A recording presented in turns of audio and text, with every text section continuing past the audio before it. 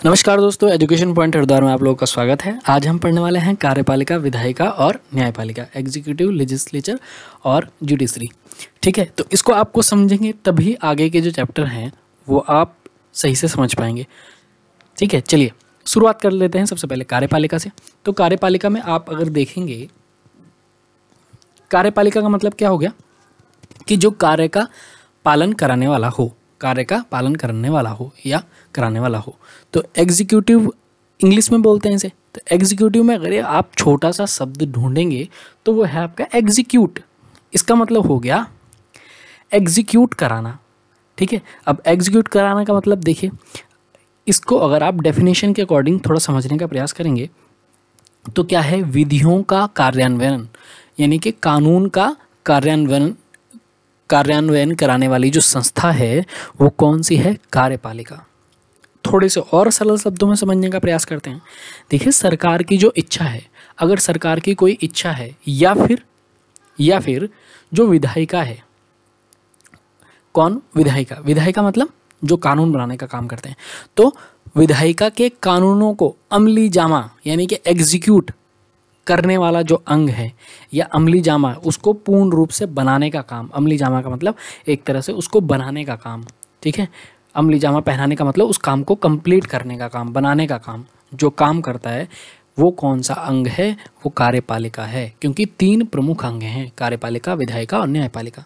ठीक है, तो सरकार की जो इच्छा है या फिर जो विधायिका के कानून हैं उनको अमली जामा पहनाने वाला जो अंग है वो आपका कौन है, कार्यपालिका।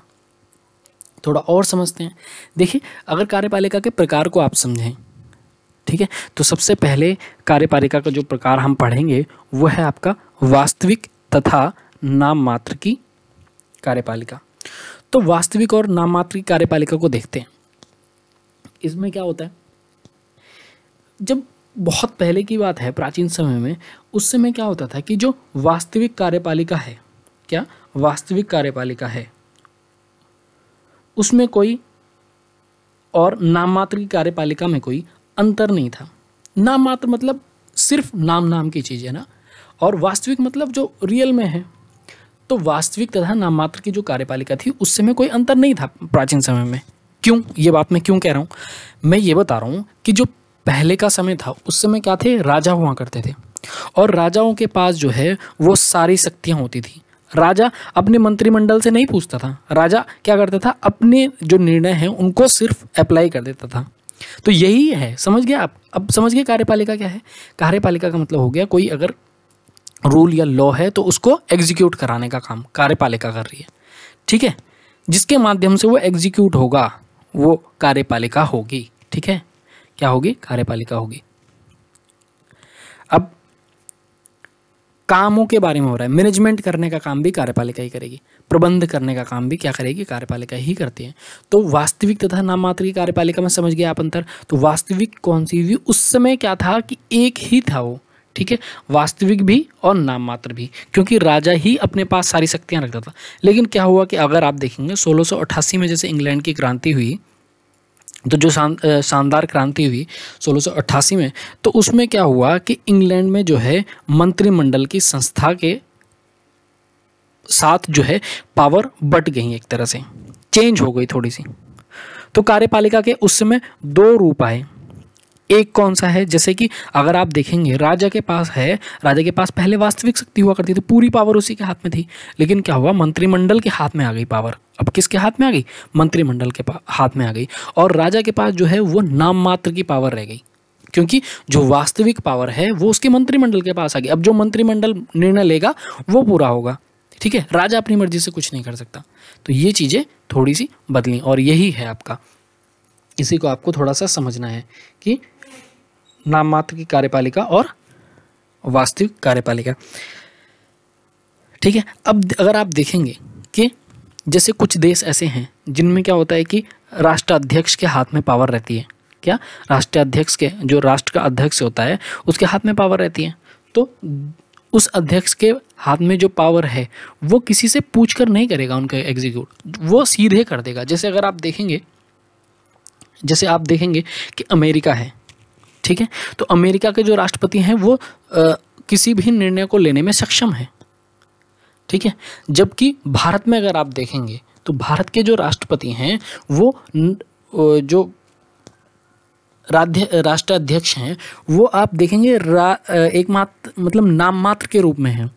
जो पावर रहेगी, वास्तविक जो पावर रहेगी वो मंत्रिमंडल के हाथ में रहेगी, यानी कि प्रधानमंत्री के हाथ में एक तरह से वास्तविक शक्ति रहेगी। तो समझ में आया आपका वास्तविक और नाम मात्र की शक्तियाँ। तो थोड़ा सा जो पॉइंट मैंने सामने लिखे हैं उनको भी देख लेते हैं।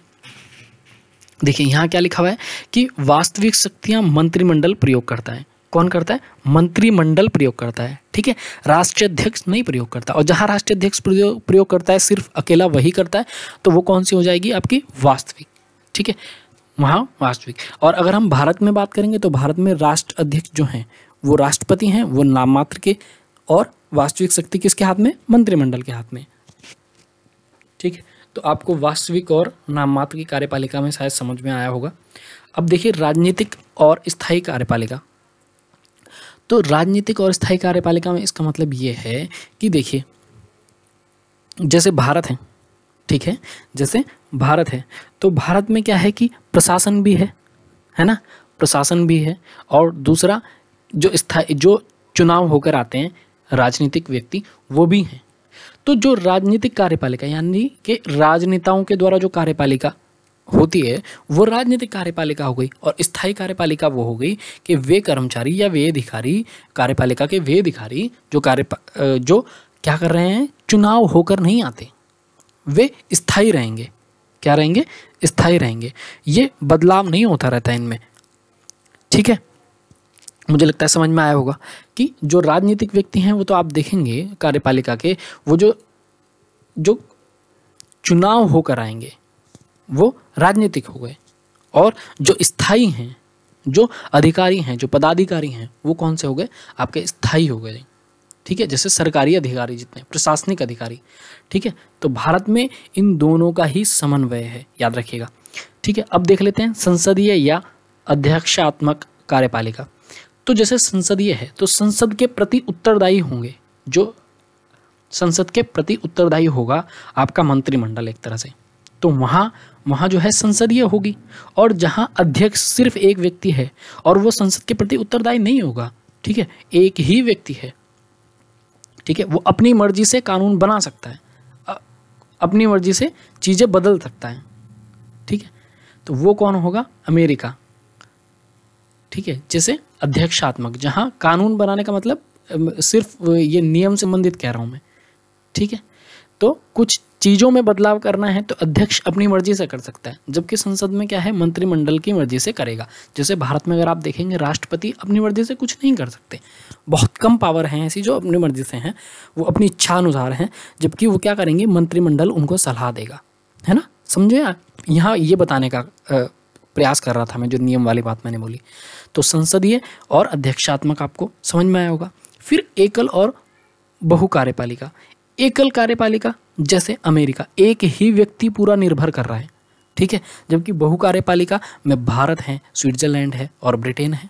तो यहाँ बहु कार्यपालिका मतलब जहाँ बहुत सारे व्यक्ति एक समूह कार्यपालिका के रूप में कार्य कर रहा है।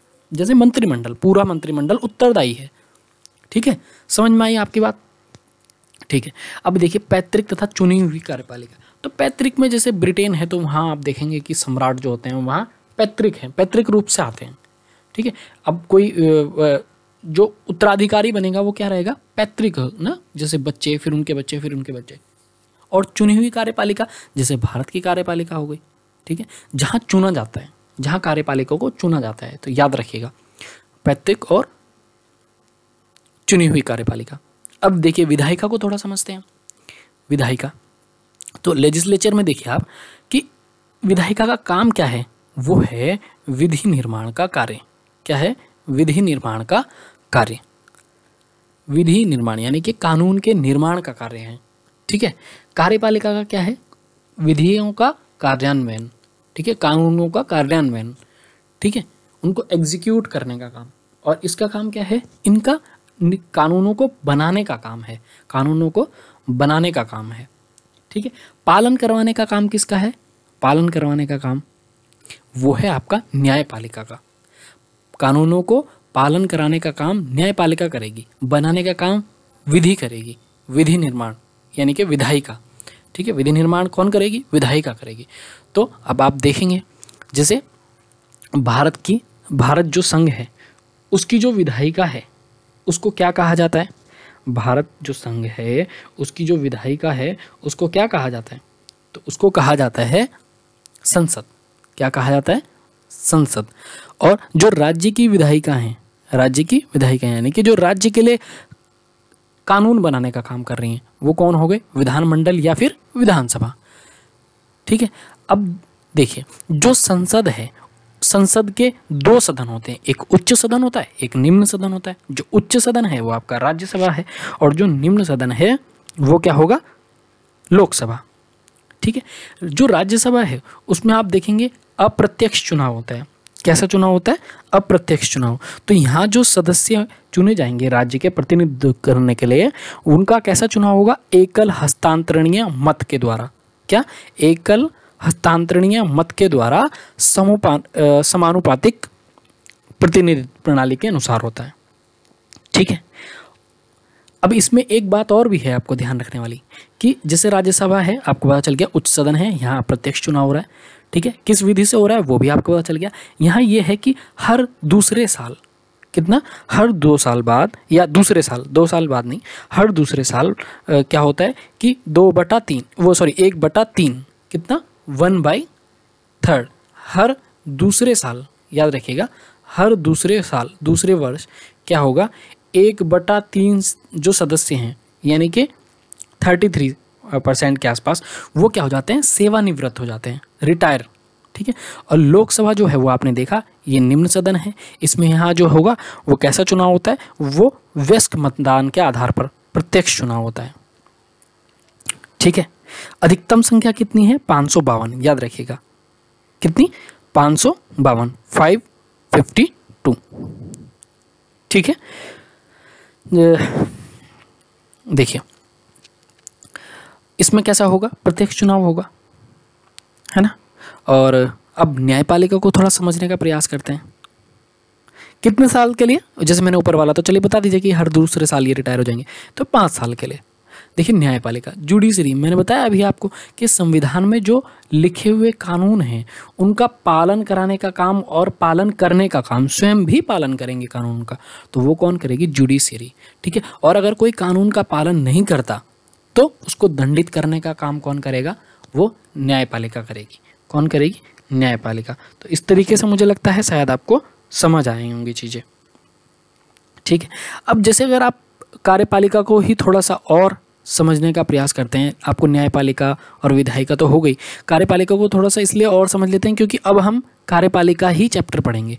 तो कार्यपालिका जैसे अगर आप देखेंगे ना कि संघ में कार्यपालिका जो है वो जैसे कार्यपालिका में, क्योंकि राष्ट्रीय अध्यक्ष और ये सब बातें मैंने आपको बताई हैं, वास्तविक शक्ति और ये सब, तो अगर आप देखेंगे कि कार्यपालिका में राष्ट्रपति, उपराष्ट्रपति, राष्ट्रपति और उपराष्ट्रपति, ये इनमें थोड़ा सा ऐसा होता है कि जैसे राष्ट्रपति है तो राष्ट्रपति को उपराष्ट्रपति क्या करेंगे? वो सलाह देने के लिए एक अध्यक्ष के रूप में प्रधानमंत्री के साथ जो होती है वो मंत्री परिषद होती है। ठीक है, राष्ट्रपति या उपराष्ट्रपति को जो सहायता देने के लिए क्या होता है कि अध्यक्ष के रूप में कौन होंगे? वो आपके होंगे प्रधानमंत्री, और उनके साथ कौन होगा? मंत्री परिषद। ठीक है, तो केंद्र की जो कार्यपालिका शक्ति है वो राष्ट्रपति को रहती है। किसको? राष्ट्रपति को प्राप्त होती है, याद रखिएगा। ठीक है, तो मुझे लगता है इतना काफ़ी है इन्हें समझने के लिए। कोई अगर डाउट हो आपका तो आप पूछ सकते हैं।